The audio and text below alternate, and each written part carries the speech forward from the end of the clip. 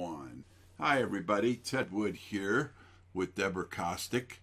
This is her second deal that she's done, and kind of want to talk with her about it. There's a couple things that I kind of find unique about this particular property. Love to talk with you about it. I see here first, you got a check here for, you made a little bit of money. This was yeah, actually what you're talking about now, where you do the rehab yourself, I think you'll find you make quite a bit more money doing that, Deb, without a doubt. Yeah. But this is a start. This is kind of a unique property. I like the looks of it from the outside. Mm-hmm. It's very, very Mm-hmm. nice. It looks very, very nice. It's I see that big, it looks like a maple in the front yard. I'm not sure that's a maple, but from is that no problems with the foundation on that at all? There is problems with the foundation on that property. There's about 14 piers that are going around it right now, and there's cracks inside and some different separations from the wall and the hallway with the bedroom, and then the master bedroom particularly has some challenges with it, where the foundation is broken and a pipe is broken in there too. So that's a challenge for it. But I was able to, with persistence, find the company that did the piering before. You know, usually they warranty their work for 20, 30 years. We couldn't seem to find them. The realtors couldn't find them. It wasn't listed who it was. It was just some kind of a logo. And then they didn't have a phone number of any kind. And so what happened was I just kept looking for it. I called the Secretary of State. That didn't help. I just kept looking, and I found another logo like that, and sure enough, it was them. They changed their name, called the number, and they said 12 of the 14 are warranted. And there was no fee to transfer that warranty over when you bought it. It just went with the house. So it was good. Yeah. Well, there's a couple of things here, Deb, about this that would concern me over the long pull if I was buying it. Number one is the big trees, and I've got them too. They're not big yet, but they're getting there. It's kind of like the plant kingdom. I consider them to be the plant kingdom's version of a pet python, because those roots are going to go out to get water wherever they got to go to get it. And this driveway slopes down, and like there's a little bit of a lip from the garage to the if you can see where it slopes down a little bit from the garage, but it's a long slope into that garage, and if you get a heavy rain, that rascal's going right into your garage, or worse, one of the two. And some of that may be the reason why they're putting piers in that thing. I'd have to, I'd love to talk with the people that are doing that and see, but this was kind of a uniquely strange home. I like the covered deck in the back. It's really nice, and the fact that it's brick, I like that, painted brick. But it's it's a house that should be around for a while. The kitchen, very much open kitchen. Obviously needs some new flooring in there. Tell me a little bit about it. Did you look much into it, or what was your thinking on it? Yeah, we're gonna open up that front part. Is what the buyer's gonna do. He's gonna open up that front part. They have that first room in there. He's gonna knock that wall out, and then keep the other room. So it'll be a much more open concept. And then the flooring has to change, and of course the kitchen has to be updated, which is always expected. You do have quite a bit of open kitchen. I'll show another picture on that here in a minute.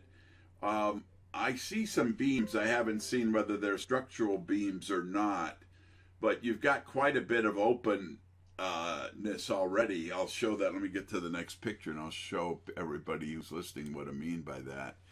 You got the fireplace, the door, it's all the way open going into the kitchen that way, but on the other way, I'll show that too, where you've got that door there and what have you. It goes out and it's not open. So and that old-fashioned light in the kitchen gives you quite a bit of light. Yeah, that's going to come down. Yep. Yeah, I've had those. I had one of those in the rehab I'm doing right now, and I got a rental property with one of those that I'm going to get rid of that one too. Here we go.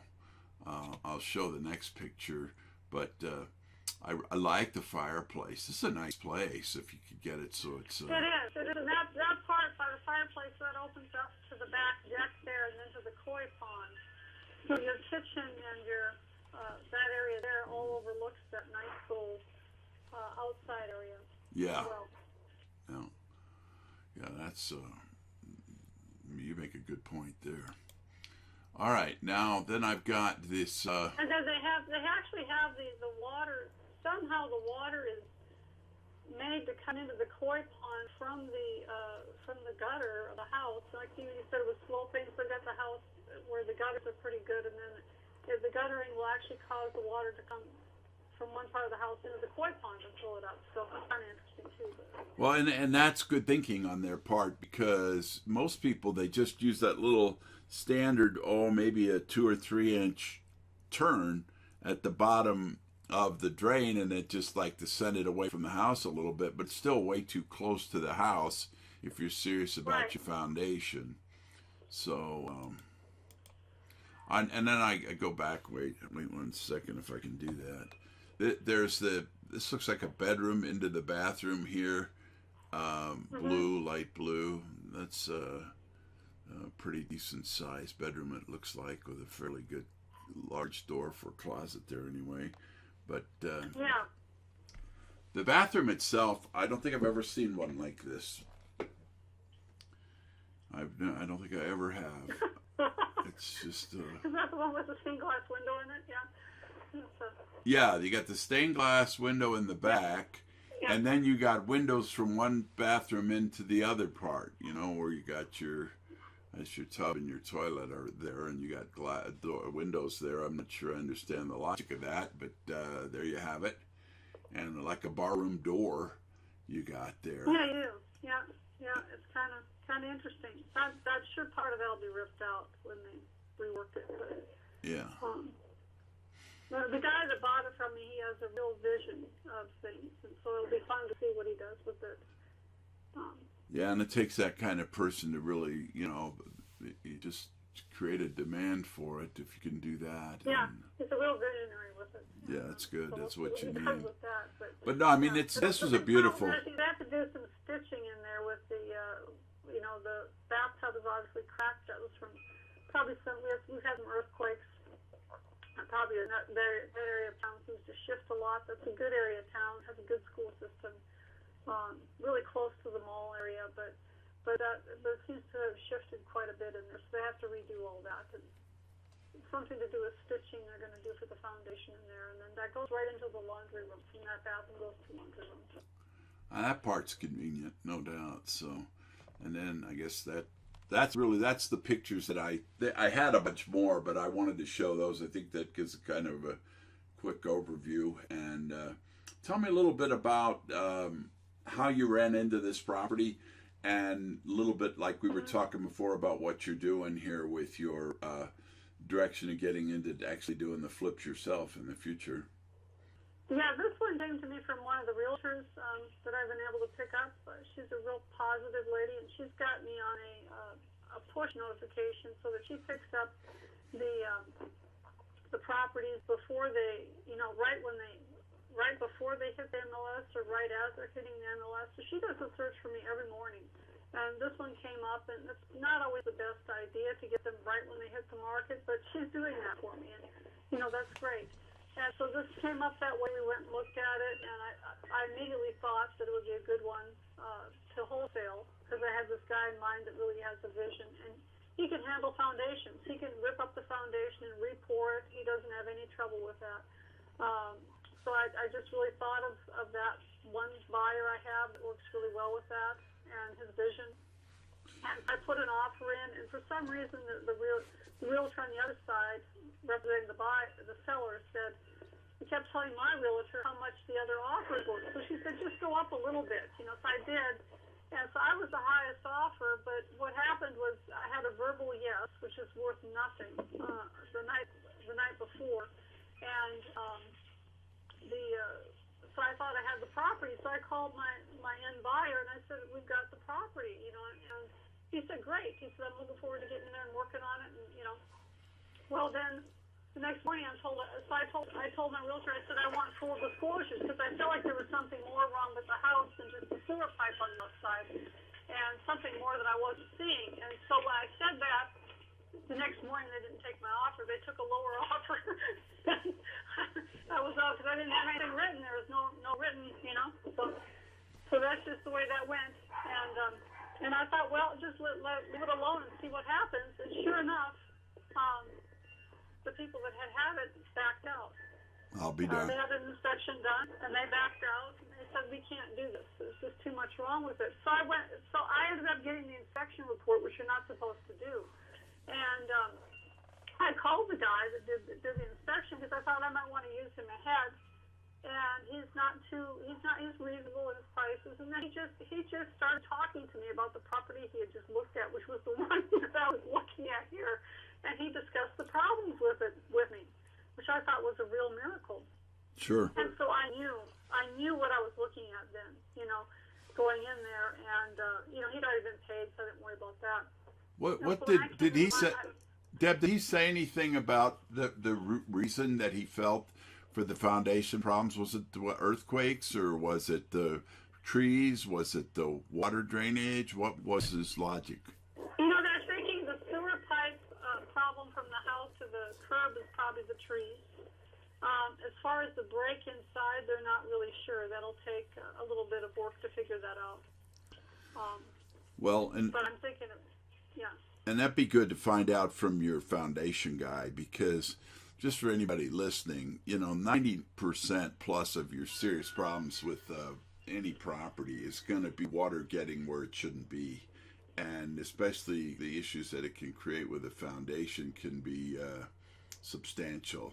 And if you can solve the water problem, you can pure it up or report or whatever. You can fix the foundation. But why, if you can't solve the water problem or the, you know, right. So that's the issue there. So yeah. And so what I did when I was bypassed the first time is I told my realtor, I said, put me in as a backup offer, and I said, put me in at the full price that they want, the 89 instead of 83 or 84. And she said, okay. And so I had 500 in escrow down, and she put me in at that, and that's always dicey to run that escrow stuff, but she did that. And so sure enough, it came back. All of a sudden, she went off to somewhere. She came back, and she said, the Monday she came back, she said, this property just came back to you again. And I said, oh, that's interesting. And I didn't know if I really could close it. You know, I was thinking, I don't know if I can do this. And so we got in there, and I went. She really wanted me to be doing inspections with inspection people, but I brought other people in, and first day nobody showed up. The second day people came, and it worked out well. And so I told her, I said, I've got to come down to 70. So I came from 89 down to 70. And my realtor is okay with that. I asked her, I said, are you okay with me coming in at a higher offer and then backing down after my inspections? I said, because I'm going to have to back down. I said, but to get in the game and get my name in there and let them know I can pay cash, I almost have to get in at a higher amount and then come back down. Seems to be the game here anyway. Right, and that's a game that works, and with rightly so, because you got plenty you could talk about that they know there's some issues, you know. They know, yeah, and so one of the realtor that has sold me my house, she was discussing things with me, and she gets real concerned I'm going to make a huge mistake and lose a bunch of money, and she gave me one of her better plumbing and foundation guys. And I was talking to him a little bit, and then she gave me her roof guy, which the roof guy does exactly what you had said. He'll come in, and it's like $4,500 to do the roof, you know. And so he came by to give me an estimate, and he had texted me and said, I'd run away from the house. He said, there's foundation issues here. He said, it's not good. And so I used that in my negotiating. I said, the roof guy is telling me the foundation is bad. I said, couldn't get around town real quick with you guys on this right now. I said that you've got a really bad foundation. And so I said 70 is my best offer. I said, but if I leave, I said, and you don't accept it, I said I won't come back at 70. And I said nobody else will either. I don't think they'll come at 70. They'll come quite a bit lower, about $20,000 lower. And you know, they knew that was true. And so after we had, we bantered, I went to 70,500. They were thinking 75,000. I said, no, 70,500. And then they were still balking, so I was trying to go up another 100. And they said, you can't go up 100. So I went up another 500. But I said, it's just to keep it open for you guys to figure out your money. And sure enough, they accepted it. And so we closed on that. There you go. So I ended up got the check for $1,500, which gives me a net of about $1,000. Well, cool. Well, that shows us what we're doing here, and then I think I'll close this up because that's I don't want to get too much trouble with YouTube, but I do appreciate your sharing so much.